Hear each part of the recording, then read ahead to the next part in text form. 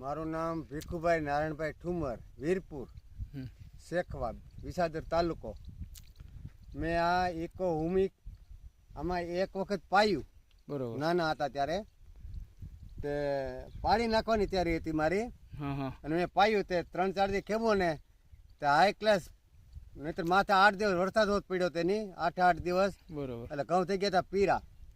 એટલે મેં એક રોવરે કે તમે આ એક અખતરો કરો જી, એટલે મેં અખતરો કર્યો, પણ ઘઉં તરત કોની લેવા તમે? ગોપાલ એગ્રોમાંથી, મનસુખભાઈ નથી. બરોબર.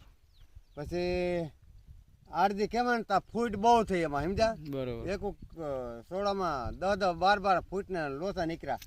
એટલે મને કે હજી એકવાર મારી જવો પાણી પાવતી. પછી મેં બીજે પાડ્યું, એટલે જો આ પાડી નાખવા નતા, એને બદલે આ પાડ્યા નહીં, ખોટો ખર્ચો બચી ગયો. અને ઘઉં જો કેવા મસ્તી ના બધા, જો હાઈ ક્લાસ નીંગલી ને હાઈ ક્લાસ તમાર થઈ ગયા.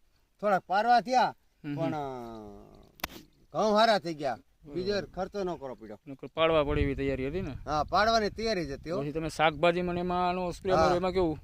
લીલામાં, શાકભાજીમાં, એમાં મેં રીંગણી હતી, હાવ પાંદડું એકેય નહોતું રીંગણીમાં, ને એમાં ઠૂઠામાં સાટીને તો એ અત્યારે એનો કલર ફરી ગયો રડો. રીંગણા દરરોજ ઉતારે ને એટલે જ રીંગણા આવે છે એમાં. બરોબર. એટલે તો રીંગણી છોડવા એકલા થઈ ગયા. ટમેટી રીંગણી તમે તો કેટલા 2 વર્ષથી વાપરો ને? એમ તો 3-4 વર્ષથી વાપરું. એવું છે ને? 3-4 વર્ષ. 3 વર્ષે જ પાકો વાપરું. બરોબર. આ ડબલું વાળી રાખું સ્પેશિયલ. હા, મને એવું લાગે એટલે એ પંપ મારી જ દેવાનો એનો. બરોબર. લીલાળામાં એમાં બધે ઉનાળે, શિયાળે, ચોમાસે 3 ટાણા. બરોબર. એટલે કોણ આનું રિઝલ્ટ બહુ સારું સાહેબ. છોડને તમારા આમ મજબૂત બનાવી દે, મૂળિયાનો વિકાસ બહુ થાય. આમ ખેંચીએ ને આમ તો વાકાવરીએ પણ છોડવો ન ખેંચાય આમ. એટલું જડ, એટલું તો તાકાત વાળા મૂળિયા થઈ જાય. ઢળે નહીં આ ઘઉં તમારો. આ ઘઉં ઢળે નહીં તમારો. ઢળશે નહીં, ઢળે પોરી નહોતા. આ પોરી પાયું તું મેં. બરોબર. પવન ફૂલ હોય ને નહીતર આ લોકો છે ઢેરે પર રે નહીં. હો, હા, એ વાત સાચી. પણ આમાં થળિયા એવો મજબૂત થઈ જાય ને, તમે એક છોડો ખેંચો તો નથી નીકળતો, એટલા મૂરિયા લોસાબાદી જેવા થઈ જાય.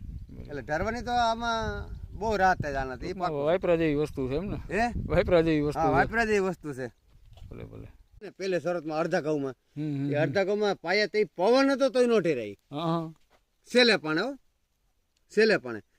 અને જ્યાં ત્યાં 20 ને 25 ને ઓછો કરતો ગયો ને, જેમ ઓછું કરતો ગયો એમ પછી થોડું પ્રમાણ ઘટ્યું હોય ને, પ્રમાણ ઘટ્યું પૂરા પ્રમાણમાં ગયો એમાં ઢેરા નહીં ઘઉં. અને જોઈએ અત્યારે વધારે જોઈએ બાકી એ પ્રમાણે જે પ્રમાણે છોડની સંખ્યા હોય ઘઉંની, એ પ્રમાણે તેને ખોરાક ઉપાડે ને એમ.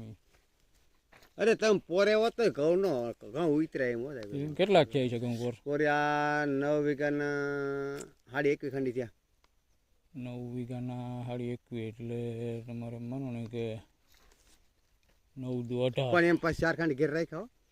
હા, પણ તો એ 9 દુ 18, 2 ખાંડી ઉપર ગયા ને. હા, અઢી ખાંડી ઉપર ગયા. તો 2 ખાંડી એક તો કોઠલો ભરી લીધો. અને તોય મેં 21 ખાંડી વેચાય કયો. હા, તો બહુ પછી 25 ખાંડી ઘઉં થયા. બહુ સારા થયા કહેવાય ઘઉં.